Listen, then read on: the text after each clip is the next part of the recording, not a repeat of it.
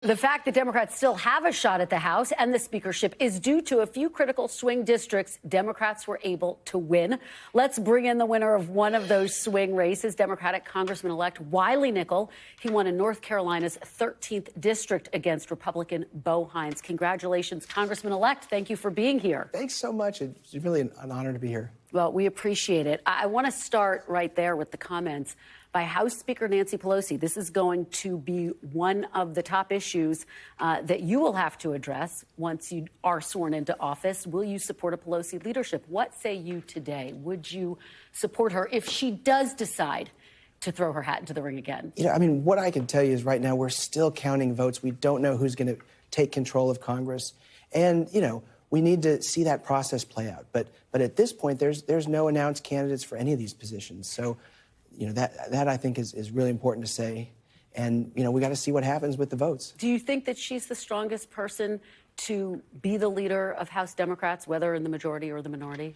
Yeah, I mean, I think we got a lot of great candidates, but it really depends if we're in charge or not. I think that's what a lot of people are waiting on to see what happens, you know, and how we can go forward. But, you know, I'm just excited about being right in the middle here in a very close Congress where we're going to be able to get a lot of stuff done. I hope in a bipartisan way. That's what folks want. I want to ask you about what you think you can get done. But first, I want to take one moment to talk about the results of this election. I mean, a lot of people were bracing for the possibility of a so-called red wave.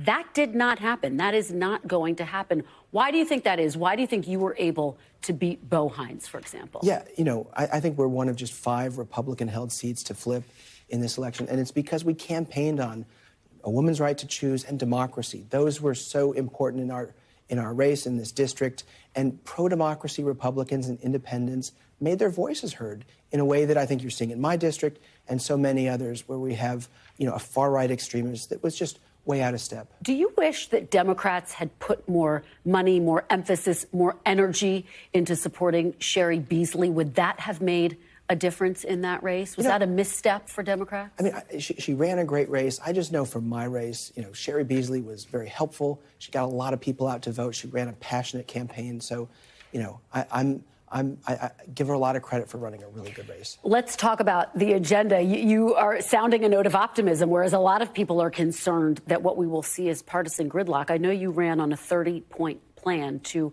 reduce inflation. It included everything with a focus on energy independence to more affordable housing. And in some ways, that's some of the things that Republicans are talking about. But as you know, the devil's in the details. How do you find that common ground? You know, I'm just getting here. I'm so excited to work towards that. And I think that's what my constituents want.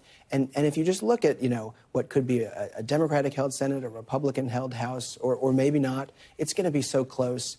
You know, folks like the Blue Dog Democrats, which I'll be a member of, and the Problem Solvers Caucus will have an enormous ability to move legislation if you want it to become law. You know, it's one thing if you're going to do something that has no chance of passing, but, you know, if you want to move bills, you got to come to the center. Yeah. Does your emphasis on inflation, though, which is obviously one of the top issues for voters, inflation and the economy, does that suggest that you think the Inflation Reduction Act didn't go far enough toward trying to reduce inflation? I think the deficit and debt reduction, you know, measures were really good. I think that's a good starting point for more work. But, you know, I think people, you know, across the country did well on our side because we're solving problems. And you know, the Inflation Reduction Act did a lot to help people who are struggling with, you know, health care, the high cost of health care, the high cost of power. Kevin McCarthy has said that he wants to leverage the debt ceiling with spending cuts.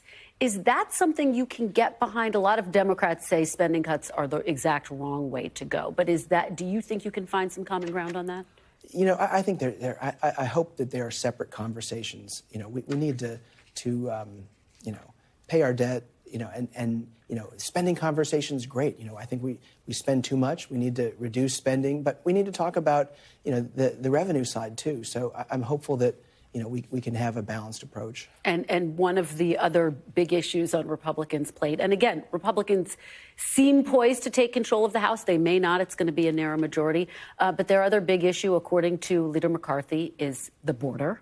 He says that is going to be one of the first bills that he introduces to try to cut down on some of the migration crisis that is being dealt with at the border right now. Is that an area where you think that you can work with Republicans? Absolutely. I think border security needs to be a priority, and it's something we campaigned on. So, I hope so. But we got to fix immigration too. That's part of the problem.